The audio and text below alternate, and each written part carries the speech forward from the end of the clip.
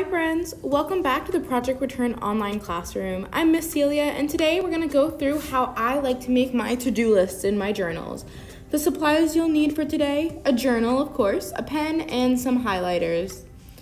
First thing what you're going to do is on a separate piece of paper, you're going to write down everything that you need to put on your to-do list for the week.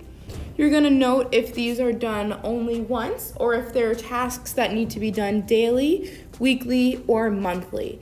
I like to color code these as well. It helps me stay more organized, but you can really do this however you want. This is just how I like to organize my tasks.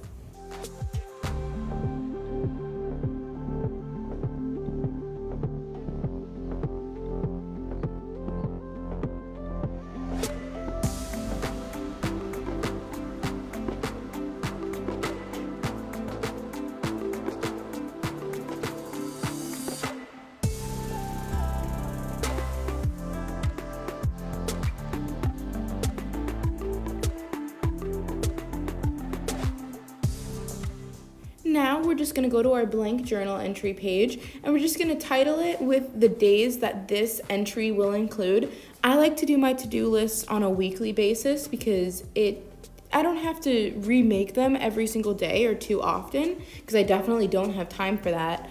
But it also keeps me as up to date as I can be. It also allows me to look back at previous weeks and see what needed to be done then and what I can do this week to improve upon it.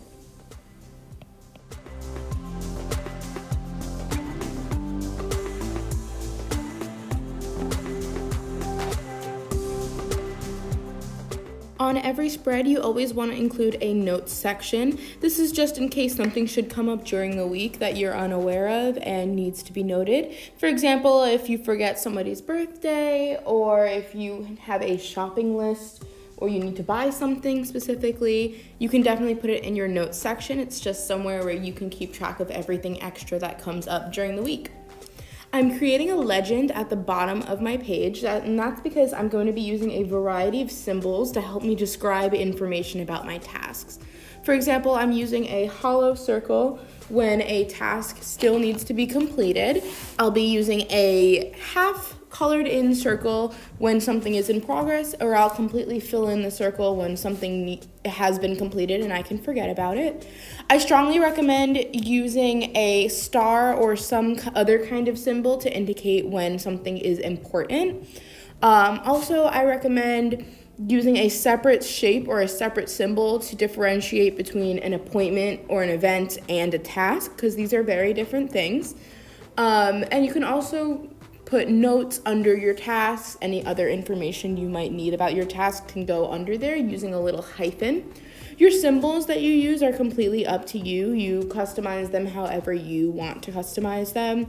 I feel like circles are really the best option for me because there's so much variety in how I can customize them. Like I can put an arrow in the side of the circle for if a task is delayed, or I can completely X out the circle if I need to and a task has been canceled. I'm also just going ahead and going by section. On my separate sheet of paper, I divided my tasks by if they need to be done once, daily, weekly, or monthly. I just went ahead and filled those in and assigned them the appropriate symbols to go with them.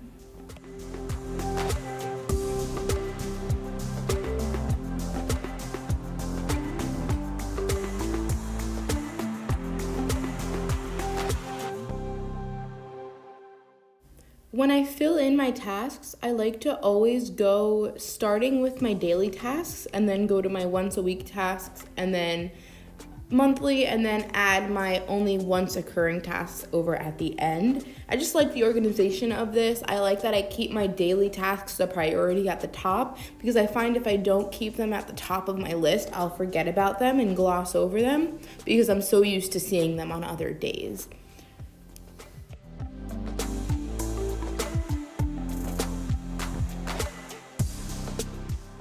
I'm now going to go ahead and color code my page. I like doing this just to know what needs to be done every day, every week, every month, and I honestly just like adding color to my page. You can also see my use of different symbols and how important that can be. For example, on Monday, I have an appointment saying call boss at 4 p.m. I've highlighted that in purple because that's a one-time appointment. And then my weekly appointment on that day is therapy at 6 p.m. For both of those, you can definitely see that I've used a triangle to signify that they are an appointment and not just a task. And here you can also see me in my notes section using what I like to use this section for. Sometimes I will put in things that I need to do that I've just forgotten about, my shopping list, or things that I need to buy that don't pertain to what's already on my to-do list. I'm also just showing you, for example, what these symbols look like while they're in progress. For my Mondays, I have walking a dog and dishes complete. And I also have completed my task to go to Walmart. And you can see the star next to call boss at 4 p.m. showing that this is a very important task for me. For maybe this is a really important business phone call, something like that. And then under therapy, I've done my circle with an X through it, and that just shows that therapy was canceled for that day. So this has been how I like to make my to-do lists on a weekly basis. I hope I've given you guys some guidance on a way that you can stay better organized. I'd love to see how you take this and make it your own. What works for you? What makes it better for you? Thank you so much for joining me, and I will see you in the next video. Bye, guys.